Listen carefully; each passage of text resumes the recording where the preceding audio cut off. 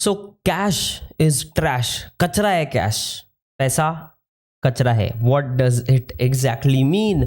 सब बड़े बड़े इन्वेस्टर्स, अमीर लोग बार बार बोलते हैं कैश इज ट्रैश. आज के इस वीडियो में हम देखेंगे कि ऐसा क्यों बोला जाता है.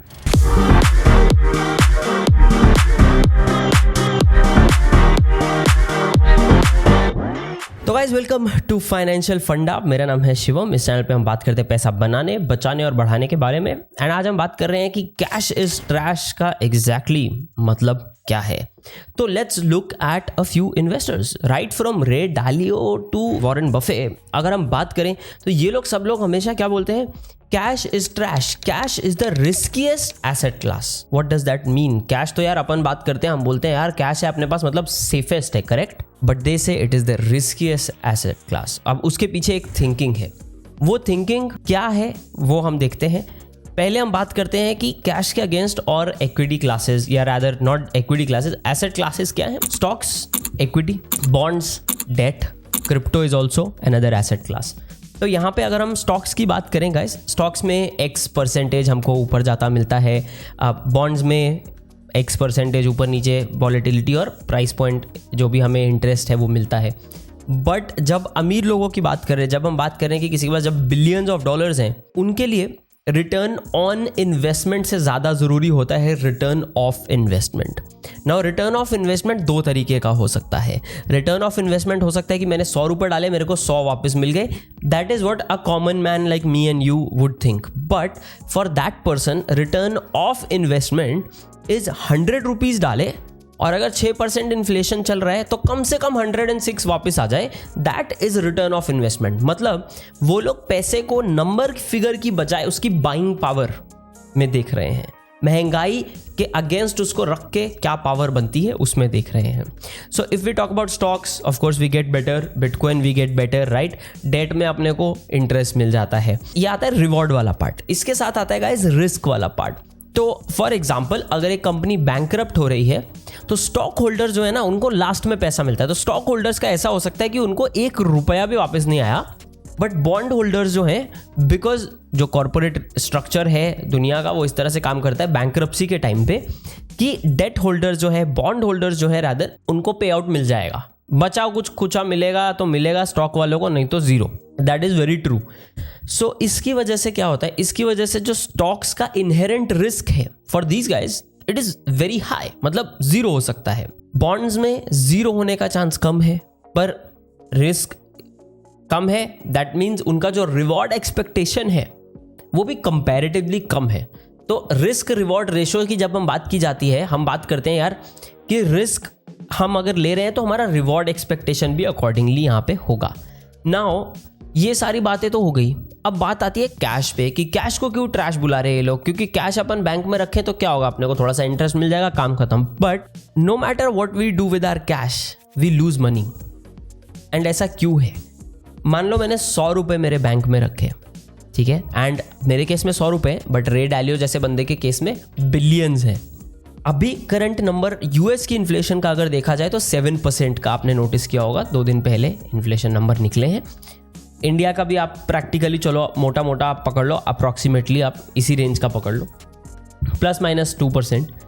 अगर मैं 100 रुपये बैंक में रखता हूँ, समझ रहे हो, तो मुझे, या रादर उल्टा पकड़ते हैं, मुझे अगर 1 साल में जो आज 100 रुपये मुझे खरीद के दे सकते हैं वही चीज़ खरीदनी है, वो बाइंग पावर चाहिए. मान लो let's say as an a very easy example, ये मेरे पास एयरपॉड्स हैं.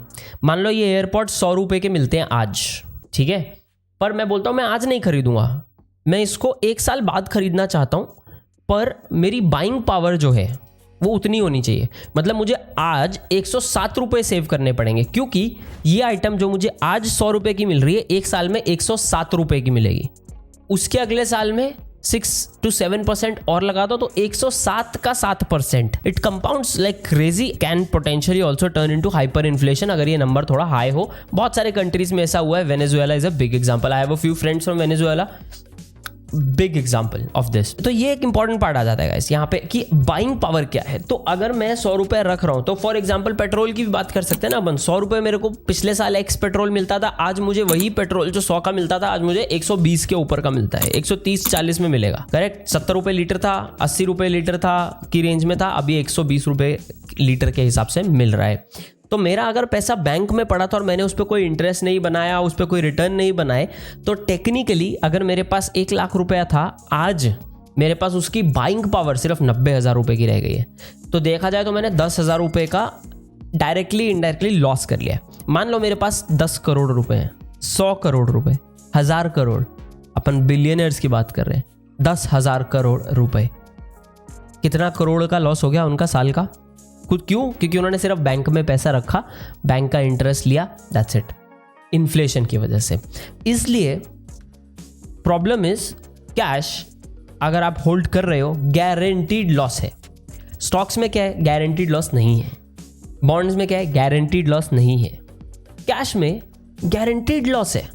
अगर आपका कैश बैंक में पड़ा है 100%, मैं लिख के देके मेरी पूरी जायदाद आपके नाम करके बोल सकता हूं, you will lose money in 1 year अगर आपका कैश बैंक में पड़ा है।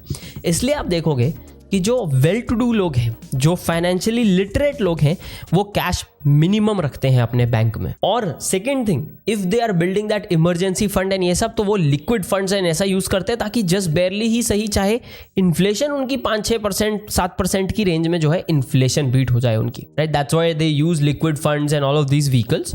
एंड कंपैरेटिवली जो कैश है बैंक में वो कम रखा जाता है। यू विल सी कि लॉट ऑफ पीपल जिनका वर्थ जो है 2 करोड़, 3 करोड़, 4 करोड़ की रेंज में है, स्टॉक्स हैं, सब है, उनके पास बैंक में 50,000 रुपए से 1 लाख रुपए रखते हैं। आई नो, अगर आपको मैं एक एग्जाम्पल दूं तो विजय केडिया, अगर आपको नहीं मालूम, उनके आप वीडियोज देखना, बहुत ही एकदम नंबर 1 इन्वेस्टर हैं वो।